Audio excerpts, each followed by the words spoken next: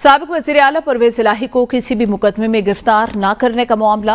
Lahore high court में दरख्वास्त पर फरीकैन के दलाइल सुनने के बाद फैसला महफूज।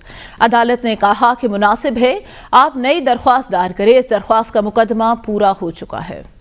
इसी पर मजीद जानते हैं असद शाह से। असद, बताएगा परवेज इलाही के केस के हवाले से।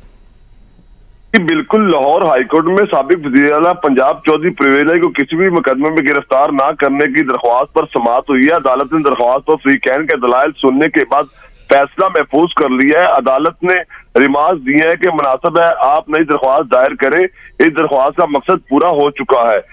मुझे कुछ दस्तावेजात लफ्ज करने की इजाजत दी जाए। चौधरी परवेज इलाही के वकील आमर सईद राह ने दरख्वास्त की जस्टिस अमजद रफीक ने साबिक वज़ीर आला परवेज इलाही की दरख्वास्त पर समाअत की है। दरख्वास्त गुजार के खिलाफ सियासी बुनियादों पर केसेस बनाकर इंतकाम का निशाना बनाया जा रहा है। ये मौक़िफ़ अख्तियार किया गया और मजीद मौक़िफ़ में कहा है कि दरख्वास्त गुजार को एक मुकदमे से रिहाई के बाद दूसरे में गिरफ्तार कर लिया जाता है। अदालती हुक्म के बावजूद परवेज इलाही को पुलिस और एंटी करप्शन गिरफ्तार कर लेते हैं। परवेज इलाही को किसी भी केस से गिरफ्तार करने का हुक्म अमल दरामद कराया जाए। जी सही, शुक्रिया असद शाह।